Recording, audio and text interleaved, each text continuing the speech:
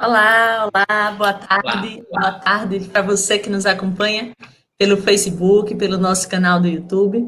Hoje é terça-feira, dia 14 de julho de 2020, é o Dia Nacional dos Direitos Humanos, uma data aí que adquire prioridade política especial quando os direitos dos trabalhadores, tanto da cidade como do campo, e a violência, os assassinatos de lideranças indígenas e rurais crescem no Brasil.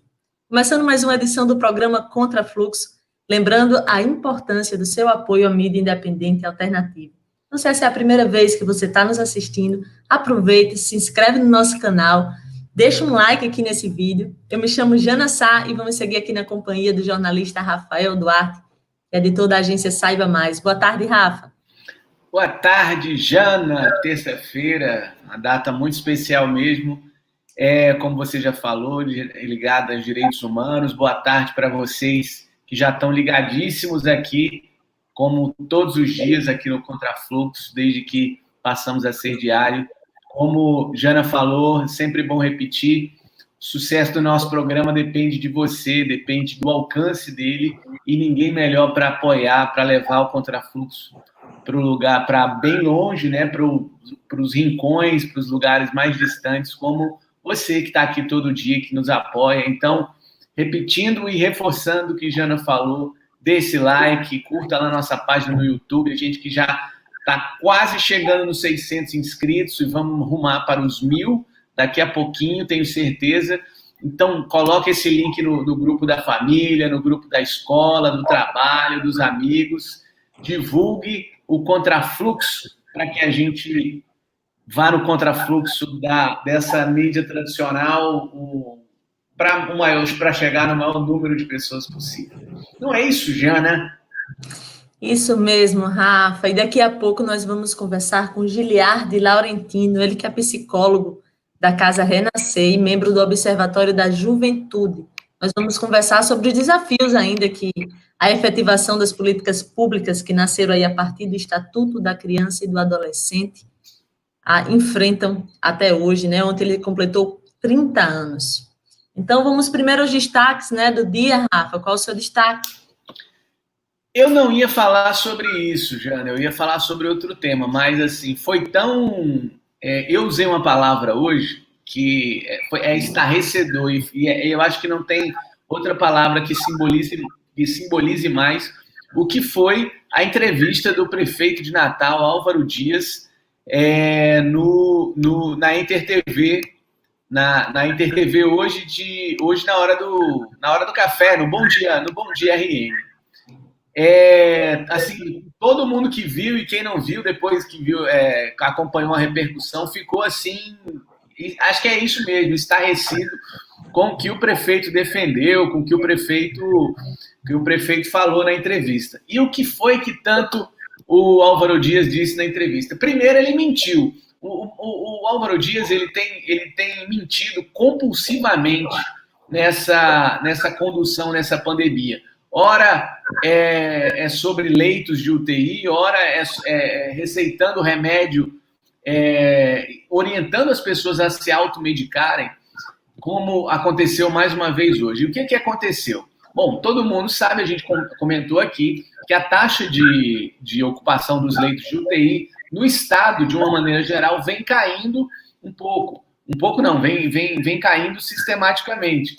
E o Rio Grande do Norte, inclusive, hoje é o estado com maior redução do número de mortes, né, por Covid, hoje, segundo o levantamento que o próprio o G1 vem fazendo, né, acompanhando semanalmente a média semanal dos casos dos óbitos.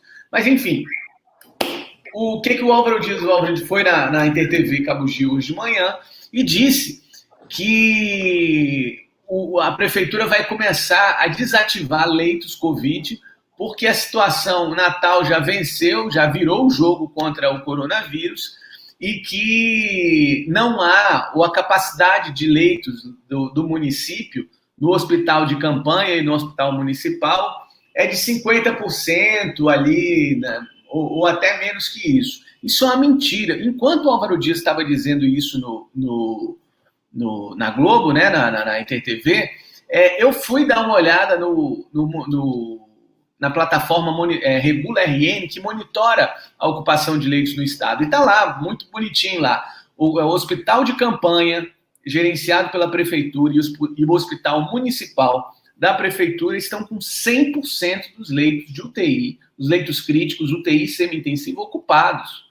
A fila de regulação tinha, pelo menos no início da manhã, na hora que o Álvaro Dias estava dando entrevista, tinham 9 pessoas esperando transporte para transferência para leitos. Então, assim, ainda tem gente na fila. Os hospitais, a taxa de ocupação ainda é alta nos hospitais, né? E, assim, ele mentiu para a população, mentiu ao vivo, dizendo que havia uma redução dos leitos ali de UTI no hospital de campanha, no hospital municipal. Outra coisa que estarreceu, ele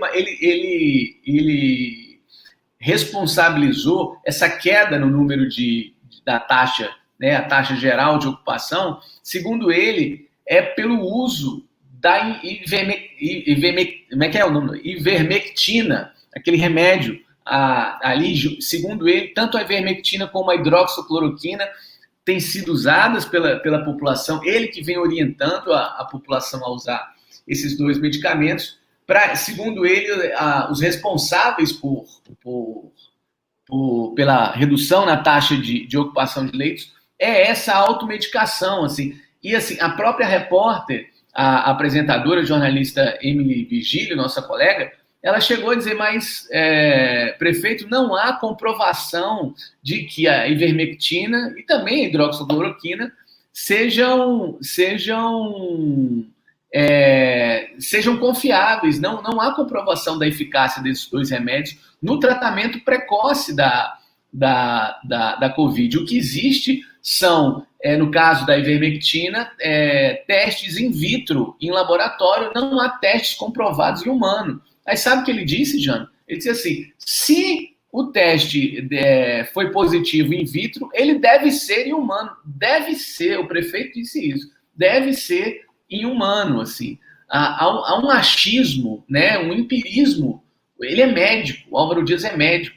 Ele tinha que estar orientando a população seguindo os preceitos científicos, seguindo os preceitos da medicina. Mas não, é um achismo. E chegou a tentar desqualificar a apresentadora por 2 vezes, dizendo que ela estava equivocada, a Emily que vinha trazendo informações, como as informações presentes no Regula RN, na plataforma, que informava o número da fila de 9 pessoas, 9 pacientes na fila, e o prefeito disse que ela estava equivocada, mas estavam lá os números, a plataforma que regula os leitos no estado inteiro. Os leitos que estão lá do hospital de campanha do município e do municipal, eles são informados pelas próprias prefeituras, né? Então, assim, foi a prefeitura de Natal que informou o Regula RN que 100% dos leitos de campanha, do hospital de campanha e do hospital municipal estão superlotados, estão ocupados. Então, assim, e aí ele atribuiu essa redução na taxa geral ao uso eu sempre confundo, ivermectina, eu sempre me embaralho no nome do remédio. Enfim, só para a gente ter uma noção e parar um pouquinho, não acreditar em mentiras, assim, porque às vezes a gente fica procurando uma palavra certa, de não ser tão incisivo, tão duro nas críticas, mas o que o prefeito fez foi contar coisa que não é verdade, difundir ali informações falsas, fake news mesmo, porque está muito claro que o intuito do prefeito atribuindo essas mentiras ali, tomar para si uma possível redução aí, que a gente já vê começar a acontecer dos casos, das mortes. Lembrando que os números, só em Natal já tem 589 mortes e quase 15 mil infectados pelo coronavírus.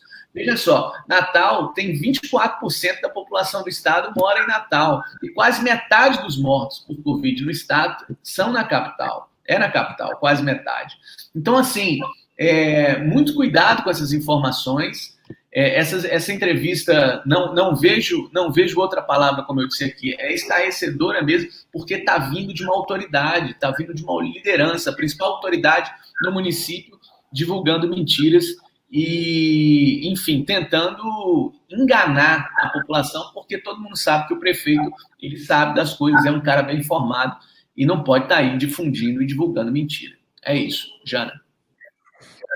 Mais preocupado com sua reeleição, né, Rafa? Álvaro Dias vai avançando aí nesse plano de tentar confundir a população, né, de associar a redução da taxa de ocupação de leitos críticos aí da Covid na cidade pelo uso da ivermectina, né?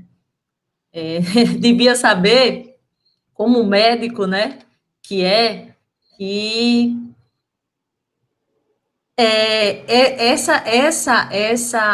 essa redução da fila por leitos de UTI, ele se deve, na verdade, à ampliação de novos leitos, né? E não o fechamento, como ele anunciou nessa entrevista. Né? Lamentável. Aqui muita gente comentando, viu, Rafa, sobre esse seu destaque, que o Beto Vieira dizendo, esse senhor não sabe se é pior, prefeito ou médico, incompetente, arrogante, coronel do passado e mentiroso. Hildo Santos, boa tarde para você também. E o Jailson Damasceno também, a atitude do genocida Dias é de fazer inveja a todo mau caráter. Aliás, né, Rafa, ele vai, como a gente já comentou aqui, em vários programas, ele vai se aproximando cada vez mais do comportamento de Bolsonaro, né, em todos os sentidos, né, seja na difusão de fake news, né, na defesa de medicações que não têm comprovação científica sobre o uso. Essa politização, ela é muito perigosa, né, Rafa, você politizar nesse momento a doença e a medicação para o combate, porque efetivamente a sociedade está tão polarizada que você fica sem saber o que usar, o que não deve usar, né, e fica essa confusão. Se não há comprovação científica, ele, como gestor, e como médico também, profissional que é, e faz questão de se apresentar assim, deveria saber que deveria haver cautela para a utilização, né? O que é mais grave, isso, lamentável, e vamos continuar. O que é mais grave, né, Jana? Ele é, como você acentuou bem, ele é médico, né? Ele era o primeiro, tinha que ser o primeiro a dar exemplo aqui na cidade, como profissional de saúde. Veja bem, tem uma frase dele também, nessa mesma entrevista, que ele diz assim: você que ainda não tomou ivermectina, pode tomar. Olha só, ele não sabe, ele não conhece, ele não viu o paciente. Ele está dizendo ao léu, assim, a esmo. Assim, é inacreditável, surreal que Natal tenha um prefeito dessa qualidade. Que a gente já tinha anunciado, né, Rafa? Quando ele fez o anúncio sobre a distribuição dessa medicação aqui, a gente já tinha justamente dito aqui que, na verdade, a tentativa dele era esse uso mesmo político da medicação, né? E é o que ele está fazendo, né? Ele não atribui aí, o governo do estado ampliou, como a gente fez o destaque ontem, os leitos em todo o estado, né? E aí você atribui a uma medicação que não tem comprovação e que começou a ser utilizada agora, né? Sequer poderia ser realmente atribuída a ela. Mas, bom, vamos continuar aqui em destaque sobre Álvaro Dias, né? Porque meu destaque é sobre a reforma da Previdência dos servidores municipais, que está em pauta, Rafa, na Câmara de Vereadores aqui de Natal. E aí, só contextualizar que a reforma da Previdência a nível nacional, né, que foi aprovada aí há 8 meses, e vamos lembrar sobre protesto, né, da sociedade civil organizada, acusação também até de especialistas, né, de economistas, de utilização aí pelo ministro Paulo Guedes de dados falsos, né, Rafa? Lembra? A reforma da Previdência do governo Bolsonaro, ela impôs realmente um prazo, que é o de 31 de julho agora, né, final desse mês, para que estados e municípios se adequem, né, as previdências municipais e estaduais às regras nacionais. Isso acontece depois que ele foi derrotado, também tentando já estender essas novas regras para os servidores estaduais, foi derrotado na Câmara, e aí ele obriga aí os estados a fazerem alterações na alíquota previdenciária, né, que é cobrada sobre a remuneração dos servidores, tanto estaduais como municipais. E aí esse percentual, Rafa, ele não pode ficar abaixo da taxa que é aplicada sobre o funcionalismo federal. Essa é a questão, né? E se os estados descumprirem o aumento dessa alíquota dos servidores, eles perdem uma documentação que é emitida pelo governo federal, e aí podem ficar sem fazer, podem perder, né, a transferência de recursos não obrigatórios da União, e também o acesso a empréstimos em bancos públicos ou financiamento com aval da União. Então, assim, mas até hoje, 14 de julho, a gente está chegando já aí no final, na metade do último mês, né, para que os estados realizem. Apenas 3 estados, Rafa, aprovaram a reforma da Previdência. Foram o Acre, Alagoas, Bahia, Ceará, Espírito Santo, Goiás, Mato Grosso do Sul, Pará, Piauí, Paraná, Rio Grande do Sul, Sergipe e São Paulo.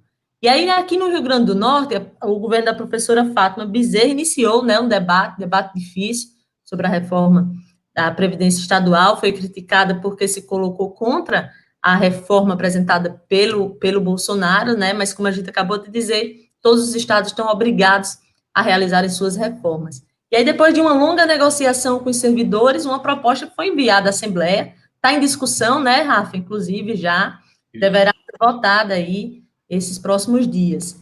E aí, essa semana ainda. Da mesma forma, Rafa, o prefeito Álvaro Dias também enviou uma proposta à Câmara de Vereadores, né, de Natal. Mas, a exemplo do Jair Bolsonaro, o texto ele não foi discutido com o conjunto dos trabalhadores. E aí, a minuta da reforma da Previdência, entre outras coisas, né, prevê uma alíquota linear de 14% para todos os servidores, sem fazer distinção aí, diferença dos valores salariais. E aí, os trabalhadores, no conjunto de sindicatos de servidores municipais, defendem um reajuste que seja, pelo menos, progressivo, né? Ou seja, quem ganha mais deve contribuir com um valor maior, né? Parece bem óbvio isso. Hoje, essa contribuição dos servidores é de 11%. E aí, a pedido desse conjunto de sindicatos dos servidores municipais, uma audiência pública será realizada amanhã, às 9h30, na Câmara de Vereadores de Natal. É bom a gente acompanhar, né, Rafa? Ficar atento. Vai ser transmitido pela TV Câmara, pelo canal também da Casa Legislativa no YouTube, certo? Vai ser transmitido ao vivo. E a expectativa, Rafa, dos trabalhadores é que seja um espaço, né, de defesa de uma reforma um pouco mais justa aí, com a alíquota progressiva, já que, uma vez mais, o prefeito de Natal, Álvaro Dias, se nega a ouvir a sociedade, né, os trabalhadores. E a verdade, Rafa, é que o Brasil já perdeu muito com a reforma de Bolsonaro, né? E aí, não só não reduziu o privilégio, como foi vendido isso, né? Como foi muito dura, na verdade, com o regime geral, com a transição dos servidores, com as mulheres. Então, é preciso que agora os estados e municípios, ao colocarem essa discussão, ao fazerem essa discussão, que é obrigatória, eles discutam com os trabalhadores, né? O mínimo, escutem os trabalhadores para tentar buscar aí amenizar o impacto para a sociedade. É isso, Rafa. Esse debate sobre a reforma da Previdência tem alguns pontos. Você já tratou, inclusive, por exemplo, ela é obrigatória, não existe não fazer a reforma, porque se não fizer a reforma, vai valer a reforma do Bolsonaro, que é muito pior, e o Estado, inclusive, ele deixa de receber alguns recursos federais, de verba de transferência voluntária. Ou seja, seria o pior dos mundos não fazer. E fazendo, qual é a opção dos governos e dos municípios? É reduzir dano. Fazer uma reforma que menos ataque, menos retire ali, menos retire direito. Por quê? Porque o mal já está feito. O mal foi a reforma da Previdência Federal ano passado. Isso aí não dá para voltar mais. Já foi promulgada em novembro do ano passado, já começou a valer. Agora você pega Estado e município. Quais são as diferenças? Há diferenças claras, principalmente na condução de como foi a reforma. No caso do Estado, a governadora chamou os sindicatos para conversar. Houve quase 2 meses de reunião com vários sindicatos. Alguns não quiseram continuar, abandonaram a mesa de negociação, e a governadora, o governo negociou com os sindicatos que queriam. No final, acho que 9 sindicatos assinaram lá um acordo, elogiando, inclusive, a proposta do Estado.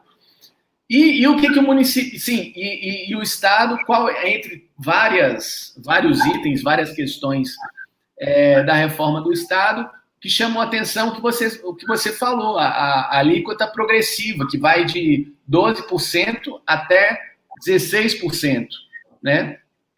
E aí, o que o prefeito fez? Ele não chamou ninguém para conversar, ele simplesmente encaminhou o projeto que ele queria para a Câmara Municipal em abril, ou seja, no meio da pandemia. O projeto do Estado foi encaminhado antes da pandemia, depois que houve a discussão com os servidores, se esgotou a discussão e houve o acordo lá com os sindicatos, o governo encaminhou em fevereiro, ainda não havia parado, ainda não havia aquela parada da pandemia. O prefeito ele encaminhou um projeto do gabinete dele, feito no próprio gabinete, e que, como você já disse aí, propõe uma alíquota de 14% linear para todo mundo. O que os servidores... Qual é a primeira demanda, a primeira pauta dos servidores? Isso, municipais, estaduais, federais. Uma alíquota progressiva, que é isso que você falou. Quem ganha mais, contribui com mais. Quem ganha menos, contribui com menos. Mas não, ele evocou o princípio da isonomia, que não podiam tratar servidores de forma diferente, como se a nossa sociedade já não tratasse, e disse que seriam 14%, a alíquota que a prefeitura, que a reforma da Previdência Municipal está sugerindo, e vai ter essa discussão na audiência pública, e os vereadores, acho que essa semana ou na próxima, que é o tempo que eles têm mesmo, né, para votar. Então, essa semana ou na próxima já devemos ter definição sobre a reforma da Previdência do município e reforma da Previdência do Estado. Exatamente, ficar atento aí e acompanhar essas discussões na Assembleia Legislativa e na Câmara de Vereadores aqui de Natal. Bom, mas vamos para o nosso bate-papo, né, Rafa, que hoje é sobre os desafios para a efetivação das políticas públicas que nasceram aí a partir do Estatuto da Criança e do Adolescente. Vamos convidar aqui o Giliardi Laurentino, que é psicólogo do SEDECA, Casa Renascer, e membro do Observatório da Juventude. Giliardi, boa tarde. Seja muito bem-vindo aqui ao programa Contra Fluxo. Seu microfone está desligado. Só uma pequena correção.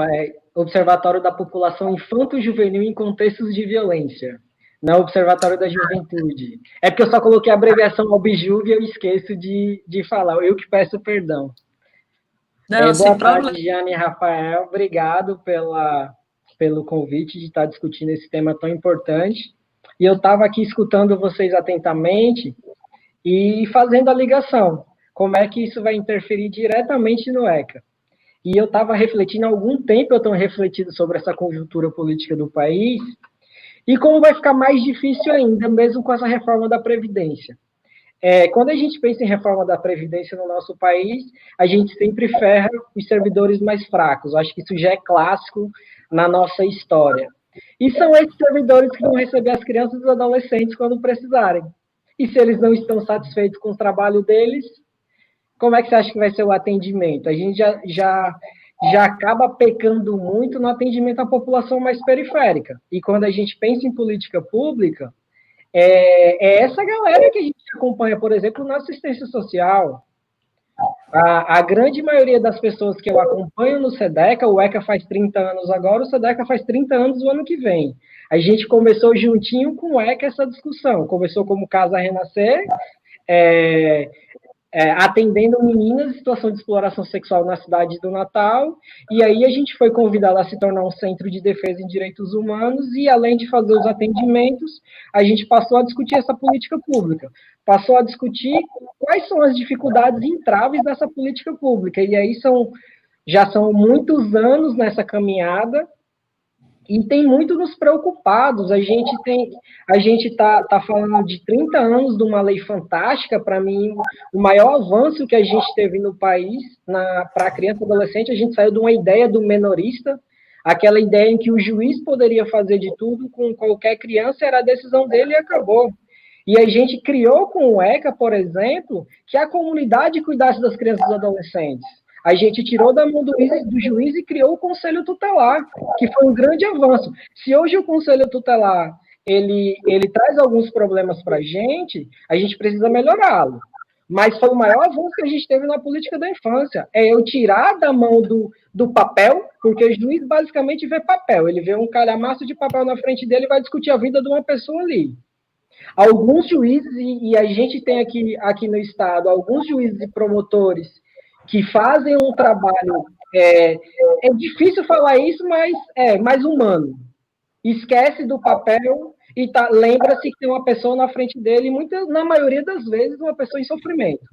Então, quando você vê profissionais, principalmente do nosso sistema judiciário e político, uma empatia para o sofrimento daquela pessoa que está ali, já é um avanço. Porém, quando a gente vai para a efetivação dessa política pública, a gente tem um grande problema. O ECA foi um grande avanço, mas a gente está barrando em algumas coisas. A gente discutiu nacionalmente, desde do golpe, o congelamento por 10 anos das políticas, 10 ou 20, agora me fugiu, 20 anos. E aí isso vai atingir diretamente também essa população mais vulnerável. Porque a gente vê o quanto está sendo privilegiado, inclusive nesse momento de pandemia. Eu estava fazendo uma conversa ontem com o meu conselho, e a gente estava falando exatamente disso. Já estava difícil anterior à pandemia. Você ser uma população vulnerável anterior à pandemia já estava difícil. Você imagine agora, porque essa população, o governo federal acabou liberando ontem para uma parcela da população o primeiro mês do auxílio emergencial. A gente está no 4º mês de pandemia, se eu não me engano, e foi o primeiro mês que essa galera recebeu. Como é que essa galera se alimenta? Já começa daí. Como é que essa galera se alimenta? E a gente tem tanto o Estatuto da Criança e do Adolescente quanto o anterior Estatuto da Constituição que nos diz que o governo, se eu não posso suprir, o governo tem obrigação de suprir essas pessoas, em todos os aspectos. Eu trabalho em situações de violência extrema. O SEDECA Casa Renascer atende casos emblemáticos de violência sexual. É uma violência extrema. Mas os outros direitos, o direito à alimentação, ao lazer, eu estava falando ontem que a efetivação do Estatuto da Criança e do Adolescente perpassa de eu ter condições de cultura, de lazer, de esporte em todos os locais. Não tem como a gente avançar nas políticas públicas sem uma cultura forte, por exemplo. E a gente está trazendo governos e mais governos que é contrário à cultura. A gente está vendo o que está acontecendo nacionalmente. E aí, se eu não tenho cultura, que é a base, a gente transforma com cultura. A cultura, a gente já sabe que se a gente for para qualquer região periférica da nossa cidade do Natal, o que tem para essa galera?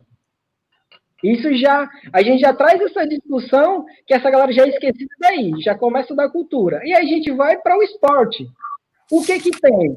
Quando muito tem uma quadra que está completamente destruída, criaram alguns locais para skate, aí já vem toda aquela problemática do que é periférico é ruim.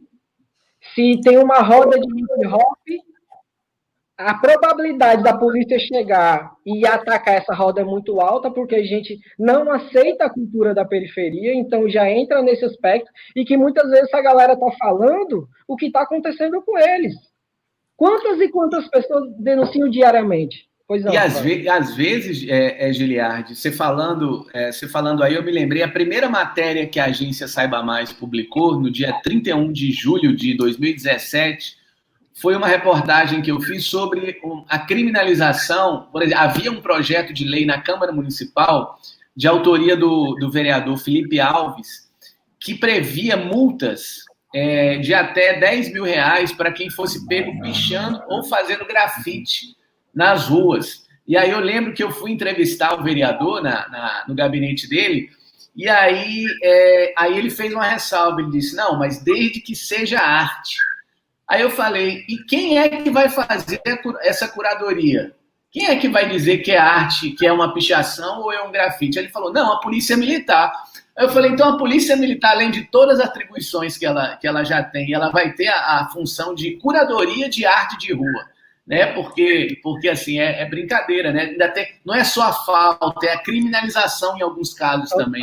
Total. E a gente acaba colocando, Rafael, eu falo dessa violência policial, mas a gente acaba esquecendo também que o policial é uma das pessoas que mais sofrem violência. E é violência de todos os lados, da gente da sociedade que não aceita o papel deles porque eles são muito agressivos, dos próprios superiores, porque para mim não existe uma instituição mais violadora do que a polícia militar com eles mesmos, com jornadas de trabalho sem noção, com cabo, soldado e sargento se ferrando. Eu tive uma grata experiência e uma difícil experiência também de dar aula de direitos humanos para a polícia aqui. Aí eu dei aula para soldado, cabo e sargento da polícia militar e agente escrivão da polícia civil.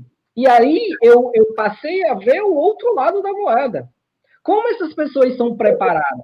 Qual é a ideia que a gente tem de direitos humanos no Brasil? Porque é complicado você se dizer hoje, e eu digo em qualquer espaço que eu for, eu sou membro de direitos humanos. O que deveria ser gratidão para todo mundo é a chance de eu apanhar no meio da rua. Porque se você fala que você é membro de uma instituição de direitos humanos, já te olham com outros lados. Eu passei a perceber que a própria polícia trabalha essa cultura. Que direitos humanos não existe. Direitos humanos para humanos direitos. E quem são esses humanos que estão nessa jogada? E quando é a gente, aí eu trabalhava muito isso com eles, eu, durante o meu percurso profissional, recebo algumas ameaças de morte. E eu já recebi ameaça de morte, tanto de tráfico, de tudo, como de polícia. E aí, na discussão com eles, cara, vocês estão no meio dessa guerra, como é que fica a minha posição, por exemplo? Porque quando um traficante ou qualquer pessoa que esteja no crime me ameaça, eu aciono vocês para vocês me protegerem. Mas quando a ameaça vem de vocês, eu vou procurar o traficante? Eu vou fazer o quê? Então, são coisas que a gente vai levantando que está acontecendo. Isso bate diretamente no ECA, porque é um outro problema no Brasil. A gente criminaliza crianças e adolescentes da periferia. Então, a gente tem o ECA... Pode falar, Jana. Não, Giliardi, eu ia até pegar um gancho sobre isso, assim, a questão das desigualdades, né? Porque parece que as conquistas do ECA, apesar de você ter feito um resgate importante logo no início da entrevista, eles não chegaram a todos, né? As conquistas as crianças e adolescentes, porque eu peguei uns dados aqui, Giliardi, e quando nós falamos nas crianças e adolescentes, quando nós falamos em crianças e adolescentes negros, pobres, moradores das periferias, nós nos deparamos com uma realidade muito cruel, né, de negligência, de abandono. Sim. E aí eu peguei uns dados aqui, de acordo com o relatório Disque Direitos Humanos 2019, as violações de direito das crianças e adolescentes, eles afetam, em sua maioria, jovens negros, com aproximadamente 55% do total das denúncias. A negligência está presente também, né, em 38% dessas denúncias. A violência é sofrida por 11% das crianças pretas e 46% das crianças pardas. E um dado que me deixou ainda mais intrigada foi que de cada 4 pessoas assassinadas no Brasil, 3 são negras. Então, são dados aí da edição do Mapa da Violência, né, publicado pelo Fórum Brasileiro de Segurança Pública, Instituto de Pesquisa Econômica Aplicada, o IPEA, né? Sim. E aí eu pergunto assim para você, quais são, então, os principais desafios, especialmente como você mesmo colocou, né, já no início da sua fala, em que as políticas do governo Bolsonaro contrariam a atenção especial a todos os segmentos, não só a esse, de crianças e adolescentes, né? E que nós também estamos vivendo, né, tem que lembrar da pandemia, que agrava ainda mais a exclusão social. Quais seriam os desafios nesse momento? Acho que o principal desafio, e não sei como a gente conseguiria dizer, porque é algo muito, muito entranhado, é a gente ver essa nossa situação de necropolítica, que se a gente não falar que está dentro dessa visão geral, a gente vai estar mentindo. Então, o principal desafio é que a gente consiga enxergar isso e trabalhar que as pessoas compreendam o que é direitos humanos e como a gente lida com isso. Porque, por exemplo, a gente no SEDECA Casa Renascer, a gente tem algumas linhas de atuações bem definidas. A gente faz o atendimento direto de 20 casos emblemáticos para eu poder discutir a política pública. Então, uma das minhas atribuições é estar batendo ali no gabinete da vereadora, que é da frente parlamentar, e estar discutindo com ela. Olha como é que está a política da infância em Natal, o que a gente pode fazer? Então, eu tenho que ter um trabalho de convencimento de quem toma essa decisão. É importante que eu tenha isso para que a gente modifique as leis. Então, os casos que eu atendo me faz saber como é que está a política pública atendendo. Por exemplo, os casos que eu acompanho, ele precisa ir para a saúde, para a educação, para a assistência, e a gente consegue monitorar essa política pública e quais são as dificuldades. E aí a gente tem um entrave que primeiro a gente conseguiu avançar. A gente teve um avanço do concurso público de Natal, por exemplo. A gente conseguiu equipar com recursos humanos grande parte dos serviços. Só que as condições de trabalho. Quando eu falo de criança e adolescente, não tem como eu pensar que sem monitoramento eu consigo avançar. Por exemplo, se chega um caso e o caso está na delegacia, eu preciso conseguir, enquanto profissional, ir na delegacia compreender. Porque o caso, ele não é só da minha sala terapêutica, não acontece só dentro de um setting terapêutico. Esse usuário, ele está em toda a política. Então, se eu consigo dialogar com a delegada, eu consigo reduzir o tempo também da investigação. A gente já tem um grande problema no nosso estado, que nós somos um estado teoricamente grande, não tão grande quanto os mais grandes, mas eu tenho uma delegacia especializada. Eu tenho uma delegacia especializada de criança e adolescente, e uma para atos infracionais. Eu tenho a DCA e tenho a DEA, para o Estado. Então, se o crime acontece em Pau dos Ferros, como é que a delegacia vai acompanhar? Não vai. Aí eu vou para o quê? Para um delegado generalista, que é um grande problema de todo. A gente tenta pensar, mas tem que pensar no macro. Hoje, nosso Estado, a gente está em 2020, tem poucos anos, acho 2, 3 anos, que a gente regionalizou a infância, que eu criei comarcas especialistas em infância em todo o estado.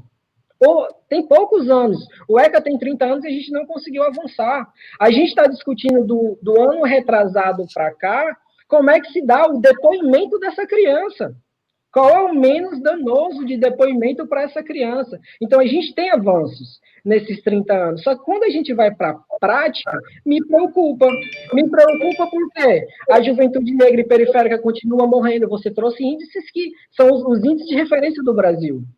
Essa juventude continua morrendo. A gente tem uma diferença quando um filho de um rico, por exemplo, comete um crime ou sofre um crime, e um filho de um pobre comete um crime ou sofre um crime.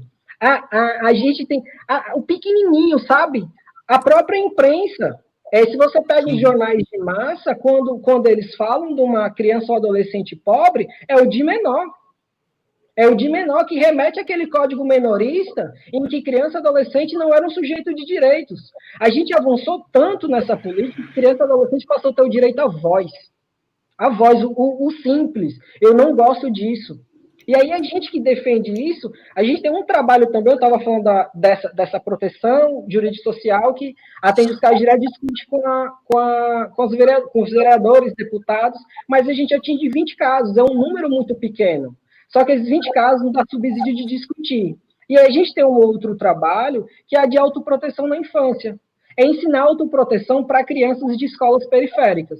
Então a gente trabalha a educação sexual, que a gente nem usa mais o termo educação sexual, porque você fala educação sexual no nosso país, parece que você está cometendo um crime gigantesco, está ensinando criança a fazer sexo, menino ficar com menino, menina ficar com menina. Quando não. Já vem o termo ideologia de gênero, né? Ideologia de gênero, exato.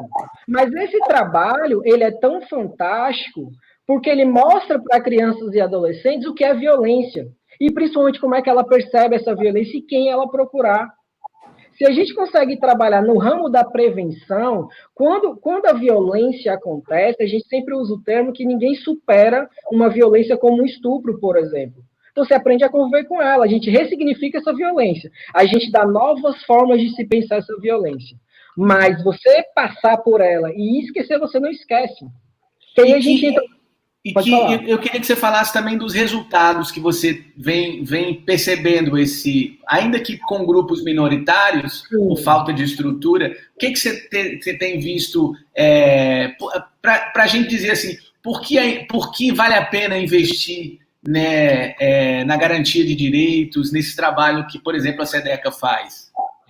Se a gente consegue investir em garantias de direitos, a gente consegue que a sociedade consiga problematizar todo o processo. Você discutir direitos não é você discutir violência, é que a pessoa consiga compreender que existe uma lei chamada Constituição Federal, e dessa lei surge uma outra lei chamada Estatuto da Criança e do Adolescente, que diz para ela que existem alguns direitos básicos, que ela tem o direito de chegar no posto de saúde dela e ser bem atendida, que ninguém está fazendo um favor para ela.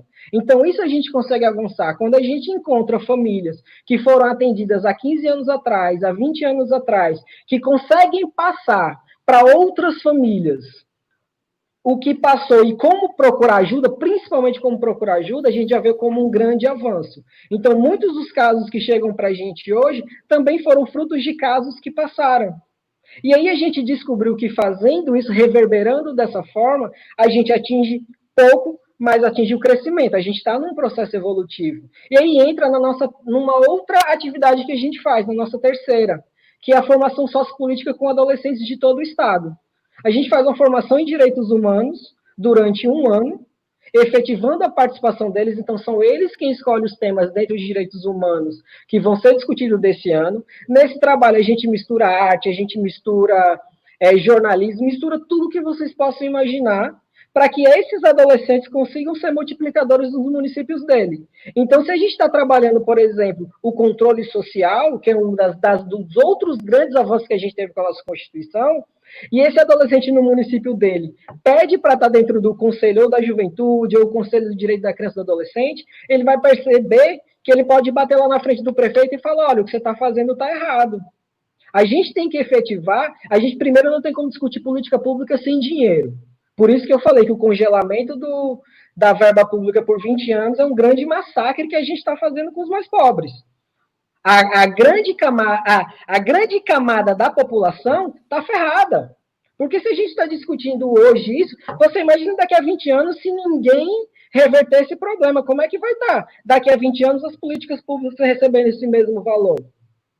E aí a gente tem o Estatuto da Criança e do Adolescente que diz que criança e adolescente ele é prioritário, inclusive em verbas públicas. Mas se a gente não consegue passar para a população nesse trabalho miudinho, para a população cobrar, quando a Câmara de Vereadores vai aprovar o PPA, para falar, opa, aqui não. A gente tem que investir aqui na política de criança e adolescente. A nossa escola está com problema, a gente precisa investir em escola. A gente precisa investir na saúde da infância. Então, esse trabalho tem muito avanço quando a gente pensa dessa forma. Por exemplo, o ECA é um grande trabalho dos movimentos sociais.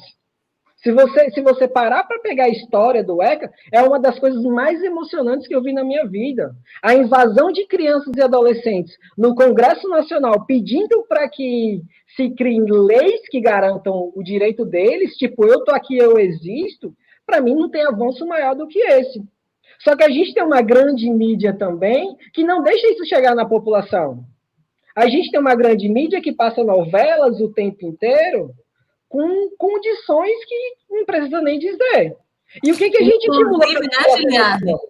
Foi justamente um trabalho feito pela mídia que veio com a Emenda Constitucional 95, que congela os investimentos em saúde e educação, por exemplo, por 20 anos, era uma necessidade para o Brasil, e o Brasil já está mostrando que não, né? Inclusive agora, no combate ao coronavírus. Agora, Giliardi, já que a gente está falando também aqui de educação, nessa área da educação, com o ECA, né? Os avanços mais importantes, assim, mais significativos que aconteceram para as crianças e adolescentes na área educacional. Ontem a gente estava numa conversa e quem estava debatendo comigo era Manuel Onofre, que é o promotor da infância fantástico, e ele trouxe uma questão que, para mim, simboliza o maior avanço da educação. Se você pensar anterior ao ECA, quem é que tinha direito a se matricular na escola? Mesmo nas escolas públicas. Hoje, o ECA diz que o direito à matrícula é fundamental, então uma escola não pode negar que aquela criança estude, e principalmente estude perto da casa dela. É obrigado que a gente dispõe de condições para aquela criança estudar próximo à casa dela, o mais próximo dela possível. E com a efetivação do Estatuto da Criança e do Adolescente, com a criação do Conselho Tutelar, a gente acaba com a burocracia de ter que entrar na justiça e esperar não sei quanto tempo para um juiz determinar. O próprio Conselho Tutelar pode colocar como medida protetiva que está prevista nesse ECA, de que a criança seja matriculada. E aí, se a criança está sendo matriculada e ela tem direito a uma educação básica de qualidade, quando eu coloco básica, eu ensino fundamental e médio. Se a gente dá uma educação básica de qualidade para essa criança, que ela consiga refletir sobre a sociedade que ela viva, que ela consiga ter um pensamento crítico para combater as desigualdades que a gente tem. O grande problema do Brasil é a desigualdade social. Nós somos um país imensamente rico, mas com a desigualdade social imensa também. Como é que pode poucas famílias ter quase um montante do país? Não tem lógica. A gente não consegue pensar de outra forma. E quando a gente pensa na história da política pública do Brasil, sempre quem pagou foram as mesmas pessoas. A gente finge que dá alguns direitos para as pessoas. A gente dá migalhas. E quando a gente dá migalhas, ainda se discute essas migalhas. Porque agora o governo está tentando mudar esse papel com o Bolsa Família, porque ele sabe que ele não vai conseguir mais atingir a alta camada que ele queria. Mas quantas e quantas vezes a gente discutia que R$134 era um valor absurdo para a pessoa receber? E eu estou discutindo num país que juiz recebe auxílio moradia de mais de R$4.000, que político recebe auxílio paletó. Só resgatando um dado que você chegou a falar, 6 brasileiros concentram a riqueza dos 100 milhões mais pobres, né? Olha aí. Tem como a gente pensar em evolução no nosso país enquanto essa pequena massa de pessoas, 6, detém toda essa riqueza? Não tem como a gente pensar. Giliardi, também dentro dessa perspectiva que você tá levantando, eu imagino que não dê, e aí eu queria te ouvir, não dá pra gente, você está aí atrás de você com a figura da Marielle, aí, um ícone dos direitos humanos hoje, né? E não dá para a gente discutir o ECA sem discutir também o racismo estrutural, né, na sociedade, e essa desigualdade de gênero também, né, porque as mulheres também são, não é isso? Quando a gente não tem como a gente pensar em avanço sem pensar na destruição dessa sociedade patriarcal. Eu acho que isso tem que ser realmente destruído. A gente tem uma política, e aí é uma política cultural muito complicada. A gente tem o pensamento, e aí eu sempre falo, cultura é muito importante, mas a gente tem que ver que cultura a gente está dando também para nossas crianças e adolescentes. Há algum tempo atrás, o Wesley Safadão, um mito do forró do Brasil, ele cantava uma música chamada Novinha Vai no Chão. E aquilo me deixava maluco, cara, porque quem são as novinhas? Quem são essas novinhas que a gente coloca? O grafite aqui também no estado fala muito dessa novinha. Quem são essas novinhas? Que consumo é esse? A gente vive num estado, num mundo, num país, em que quando uma criança nasce e é menina, a primeira fala do pai é: prendam suas cabritas que meu bode está solto. Ou então, quando o menino completa 12 anos, 13 anos, eu levo esse menino para o cabaré para ele perder a virgindade. Então, esses combates a gente tem que ter, porque a nossa legislação diz que qualquer atividade sexual com um adolescente com menos de 14 anos é estupro. Só que a gente tem uma cultura de que pode. A gente vive numa sociedade em que a gente culpabiliza a mulher pela roupa que ela veste. Então, se a mulher está com shortinho curto, com a saia curta, ela mereceu ser estuprada. A gente tem essa cultura de culpabilizar a vítima. E com a violência sexual, que é o que eu trabalho mais profundamente, isso é muito mais claro. Eu nunca peguei um caso na minha vida, e eu discuto violência sexual há 10 anos, em que a pessoa chegou e falou: realmente foi eu que fui atrás da menina e eu fiz aquilo. É sempre, a menina me seduziu. E eu não consigo pensar como é que uma menina de 12, 13 anos consegue seduzir uma marmanjo de 30, 40 anos. Eu não sei que lógica é essa que a gente cria. Mas quando a gente pensa para desconstruir o pensamento daquela criança, quando a gente vê isso na prática, é o que mais acontece. Como a gente desconstrói o pensamento da mulher quando ela está numa relação abusiva. Quando a gente esquece quantas e quantas mulheres casadas são estupradas por seus maridos todos os dias. Então, Como? Violências que acabam sendo, tendo um final aí previsível e bem naturalizado pela sociedade, né? Perfeito, perfeito. Não se chocar mais com nada disso. Exato, exato. A gente trabalha com um modelo que as pessoas não se choquem mais. E hoje a gente está com um exemplo claro. 72 mil pessoas mortas e nosso presidente brincando. 72 mil pessoas mortas e nosso prefeito dando a entrevista que deu hoje aí. A população, quando a gente tem uma grande mídia que desconstrói o que deveria ser construído, o resultado é o que a gente está vendo. O resultado é a política que a gente está vendo. Que não adianta a gente pensar a política fora dessa grande mídia.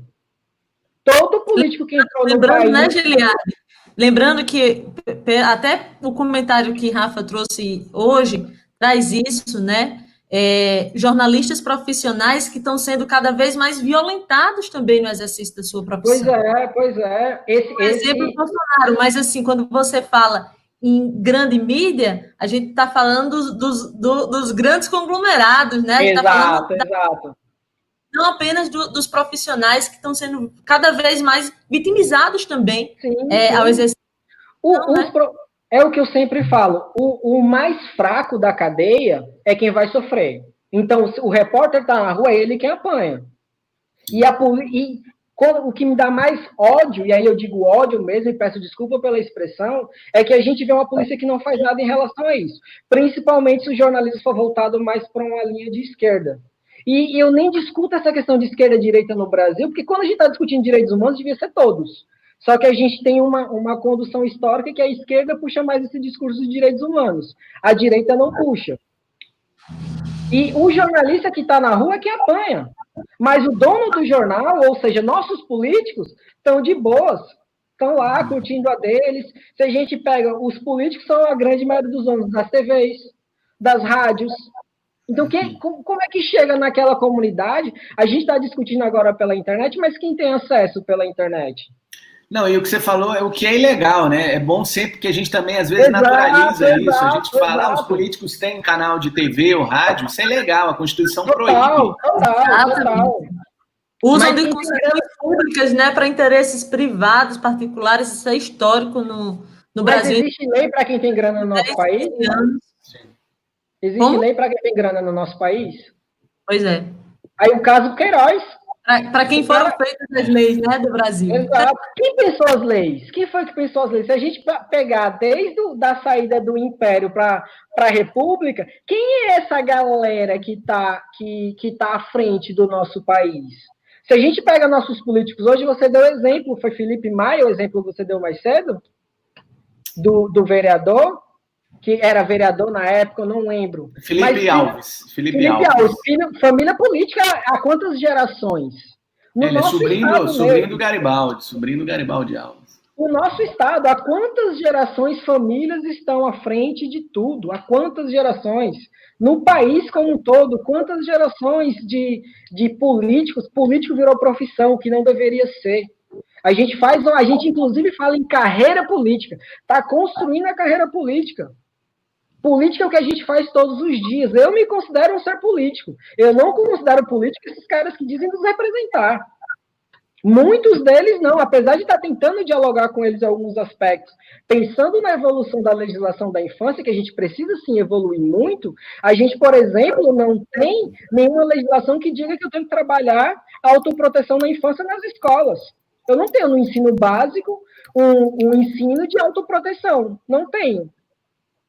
A gente tem o que acham que é melhor, e a gente vai tirando. Tirou sociologia, tirou filosofia. O que faz a população pensar, a gente vai tirando. Para ficar naquela, que só tem que decorar e criar uma função. Aquele Fordismo, quando era lá, você vai para a indústria e você só vai fazer isso. População que é alienada é muito mais fácil de manipular. Tá aí o exemplo claro que a gente está vivendo agora. E quando a gente vai para a política da infância, é da mesma forma. Você vê muitas pessoas vulneráveis, por exemplo, defendendo o que Bolsonaro faz. Não, ele está certo, bandido bom é bandido morto mesmo. A polícia tem que chegar na comunidade escrachando. A gente vê pessoas defendendo.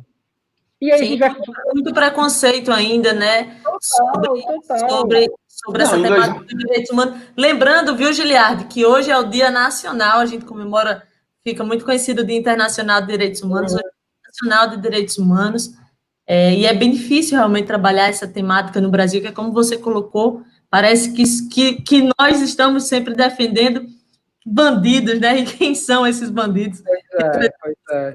Também E mesmo essas pessoas que estão encarceradas hoje, quem foi mais violento? Elas ou o Estado? Isso. Porque uma das minhas... Fizemos essa discussão ontem aqui, Giliardi, fizemos a discussão... Que massa. Das mulheres, né, que estão privadas temporariamente aí da liberdade, que eu acho que ainda fica mais difícil, porque é uma população que fica ainda mais vulnerável, né?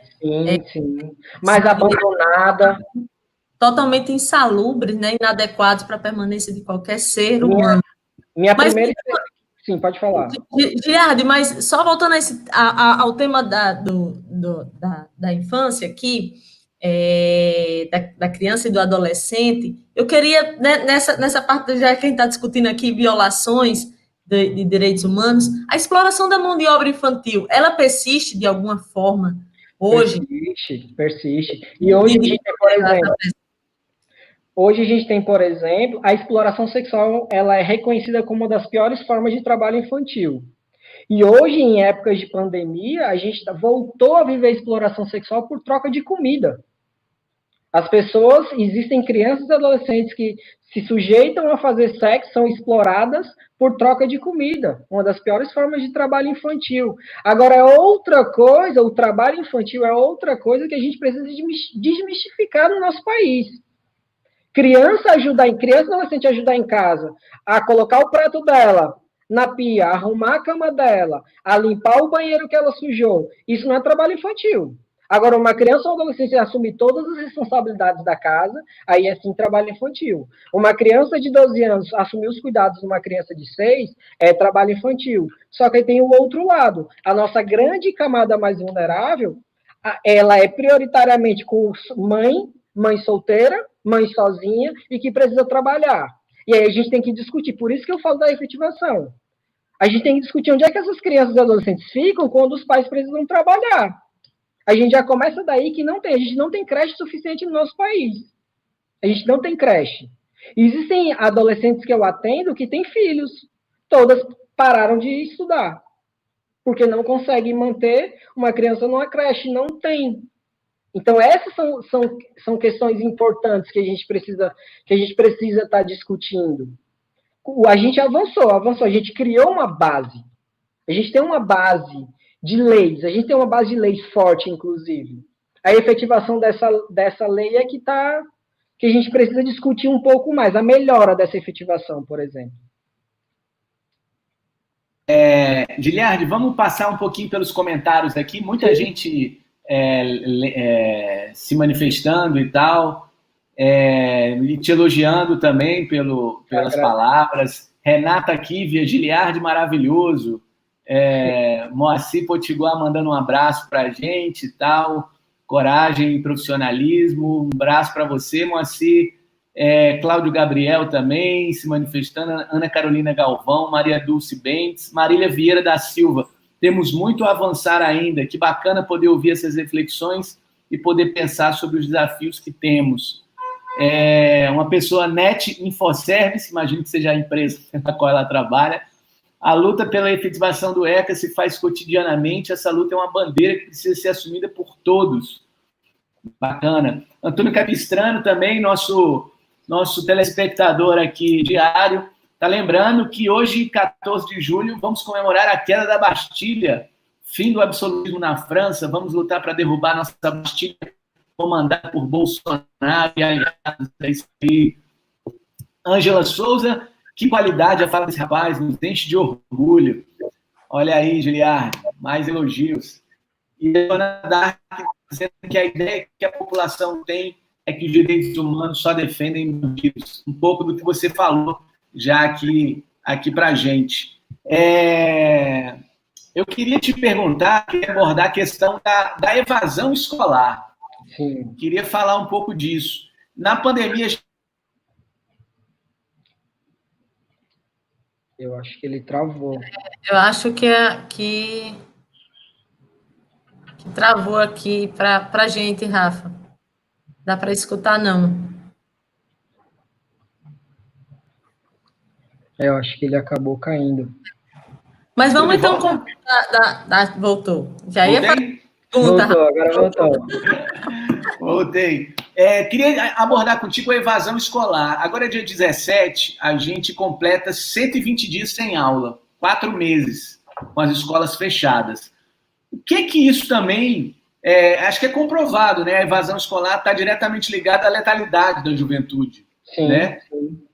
O que você imagina? Você começou a falar há pouco desse pós-pandemia, que a gente vai ter um trabalho gigante, ainda mais nessa área. Mas o que efeito, que impacto, que influência vai ter esse período, você acha? Muita desistência de escola, de aluno de frequentar? O que você prevê aí nessa área?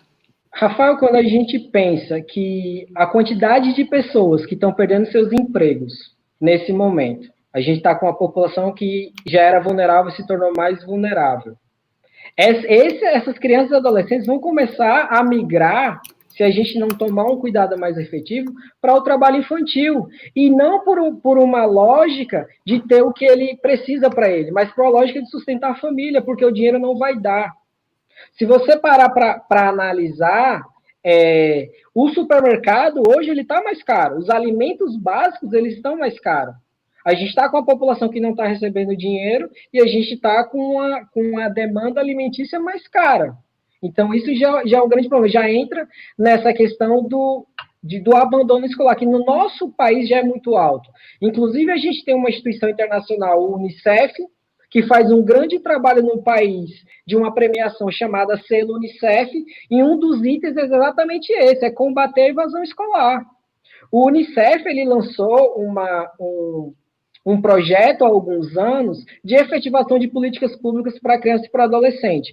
O que eu falo, quando eu trabalhei muito tempo na política pública e quando eu conversava assim, mais os bastidores com os prefeitos e com os assessores, eu falava para eles que eles deveriam ter vergonha de perder um prêmio como o do Selo Unicef. Porque o Selo Unicef nada mais é do que você pegar a política pública para a infância e botar item por item. Em que eu estou avançando? É só eu avançar na política, no que está posto. Não se cria nenhuma atividade nova. O trabalho contra a evasão escolar, ela está prevista na nossa lei. Crianças têm que estar na escola, adolescentes têm que estar na escola. Então, é dever da política pública, se ele não está, ir atrás para que ele fique. A gente tem um conselho tutelar na comunidade para trabalhar nessas questões, para que a gente não precise acionar o judiciário para essa situação. Então, esse ponto do desemprego já vai ser um grande avanço. A gente entra no outro processo, é que quem está tendo acesso a essa educação online? As nossas escolas municipais e estaduais estão fazendo algumas coisas, mas quem realmente consegue ter acesso?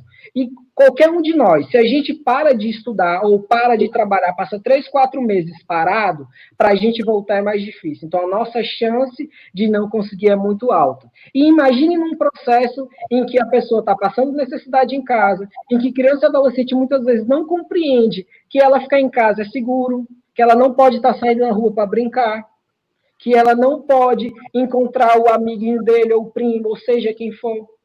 Então, imagine como é que está sendo para essas crianças, e quando elas voltarem para uma rede de ensino, que a gente vai voltar, mas não vai ser como era antes. Então, eu sempre estou colocando para os pais que eu acompanho para trabalhar isso com as crianças. Porque quando eles chegarem na escola, eles vão ter que estar de máscara, vão ter que estar usando álcool em gel, não vão poder estar brincando no recreio. Então, para eles, a chance das crianças e adolescentes não quererem voltar para a rede de ensino é muito alta. E a gente entra para as famílias vulneráveis e que quando a gente pensa que a educação não é prioridade, porque as pessoas não têm tempo para pensar sobre isso, não têm tempo para sentar com seu filho e discutir a educação, quando muitas das vezes esses pais não conseguiram sequer chegar na série desse filho. Então, imagine como é que é para esse pai acompanhar a educação dessa criança. Quando o adolescente chega e fala, não quero mais, tudo bem, não precisa ir. Essa vai ser basicamente o que acontece na prática. Então, a gente vai ter um índice de evasão escolar, de uma educação que já é ruim, diga-se de passagem, a gente tem uma educação com índice muito ruim, e vai ficar pior. A gente tem um professor, que eu agora me fugiu o nome, que discute que a gente tem alunos do ensino superior que não sabem ler direito, que a gente tem alunos do ensino superior que não sabem escrever.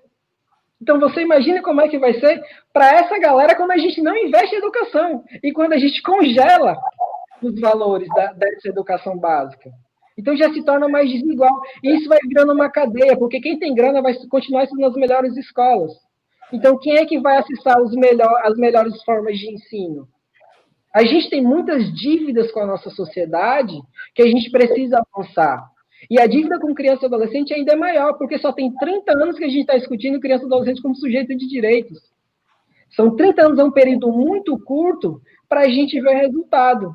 E aí, o que a gente vê? Encarceramento em massa, adolescentes nos nossos futuros presídios, que, para mim, o SEDUC nada mais é do que um estágio para o presídio. E quando a gente pensa que está avançando um pouco, né, Giliardi? Parece que... Exato. E é o retrocesso. A gente estava discutindo, a gente teve uma era de governo mais progressista, a gente estava discutindo que a gente estava começando a respirar uma mudança. A gente estava começando a respirar uma base para uma mudança mais sólida. Só que aí aconteceu todas as coisas que estão acontecendo por culpa da própria esquerda também, por diversas questões aconteceram, e mais uma vez quem vai pagar por isso não é, por exemplo, o dono da Riachuelo, que está sofrendo porque não está produzindo. Mas esse cara, quanto de reserva esse cara tem? A gente está num país em que a gente está em plena pandemia e os bancos estão registrando lucros em cima de lucros. Que lógica mais absurda é essa? E quando a gente pensa no governo... E as principais ações de combate ao coronavírus estão voltadas para essa galera, não é? Não é para a gente. Pois é. Para você pensar que a pandemia emergencial foi uma luta muito grande, né? A gente agora precisou entrar numa pandemia tão severa para a gente discutir o que Suplicy discutiu a vida dele inteira. O cara discutiu a vida dele inteira, meu amigo, sobre isso, do quanto a gente precisava avançar. Quantos e quantos cientistas políticos do nosso país discutiram isso o tempo inteiro? Para agora, no momento em que o governo sabe que está ferrado, então vamos lá do jeito que der, joga aí para a população o que puder e a gente que se vire depois. Então é difícil a gente discutir tantos avanços, né? Certeza. Giliardi, o papo está ótimo, mas o programa já está até com o tempo estouradinho. Está danado. Ao fim, eu queria agradecer aqui a sua participação conosco, né? Acho que a luta aí pela proteção integral de crianças e adolescentes vai continuar, evidentemente, né? Agora aí com o desafio, como você colocou, mais evidente, de ser uma legislação mais inclusiva, né? Que alcance também esses jovens negros, por exemplo, né? Então, que o Brasil só será uma grande nação quando a gente cuidar verdadeiramente da infância e da adolescência. Agora, antes de encerrar, e até passar para você para as considerações finais, Giliardi, eu queria fazer um destaque cultural, porque tem um curta da potiguar Júlia Donati, A Planta Carne, que foi selecionado aí para fazer parte do catálogo do Cardume, que é uma plataforma que integra aí vários curta-metragens de até 30 minutos, de várias partes do Brasil, né? E ela está agora concorrendo aos 3 primeiros lugares por voto popular. Então, vamos dar essa força aí, né? Votar, garantir essa vitória para o Estado, né? É só se inscrever lá no site, que ele disponibiliza uma seleção finíssima de curtas de todo o Brasil. Então, é isso, dá uma força a Júlia Donati. Eu acho que a gente precisa mesmo... Opa, desculpa. Não, pode dizer, eu ia passar Eu acho que a gente precisa mesmo efetivar essa nossa cultura do Estado. A gente tem tanta coisa maravilhosa. Tem um grande amigo, Rodrigo Bívico, que é um artista fantástico, que recita poesia como ninguém. A gente tem no nosso Estado Alice Carvalho, uma grande escritora que faz muita coisa. Tem uma websérie premiadíssima no nosso Estado. Então, a gente tem que começar a incentivar mais essa cultura, essa regionalidade. A gente sempre compra o que é de fora, sempre compra o que é do eixo sul-sudeste, apesar de eu ser de lá, ter nascido lá, mas eu me considero um potiguar. Só que a gente, às vezes, esquece de valorizar o que a gente tem de bom. Existe muita cultura que envolve direitos humanos. Existe muita forma de você trabalhar direitos humanos com o lúdico. O lúdico, acho que é o que a gente entra na fantasia de todos. E independente se você é criança ou se você é adulto, a fantasia é fundamental para a gente viver. O que seria dos nossos grandes filósofos se não fosse a fantasia por trás, se não fosse o processo de pensar esse mundo melhor. Então, eu queria agradecer a todos os elogios de muitos amigos que vieram assistir. E muito obrigado, estou à disposição sempre que precisar. O Beto Vieira, inclusive, viu, tá dizendo que a entrevista de hoje merece a parte 2, então já se prepara aí, Giliardo. Fico feliz, fico feliz. Ao contrafluxo que a gente tem que atender quem nos acompanha, não é verdade? Estou à disposição, estou à disposição. Quanto mais a gente discute, é melhor, que atinge mais pessoas, e são mais pessoas discutindo, e aí a gente discute avanço. Não adianta a gente só esperar que nossos políticos mudem, não é verdade? Se a gente faz a nossa parte, a gente avança muito mais. E vamos lembrar que os políticos somos nós quem elegemos. Então, exatamente. Vamos escolher melhor, né? Começar a votar em propostas, vamos fazer o acompanhamento, a fiscalização, que esse é um papel de todos nós, cidadãos, né, Giliardo? É isso. Vai chegando aqui, então, gente, mais um programa Contrafluxo. Queria agradecer também a todos que nos acompanharam. Lembrando que, se gostou, dá um like aqui nesse vídeo, comenta, compartilha, não deixa de acompanhar aí pelo canal do YouTube para fortalecer a mídia alternativa, independente, que vai no contrafluxo da mídia hegemônica. Uma boa tarde para todos e até amanhã. Beijo no coração. Boa tarde, obrigado. Tchau.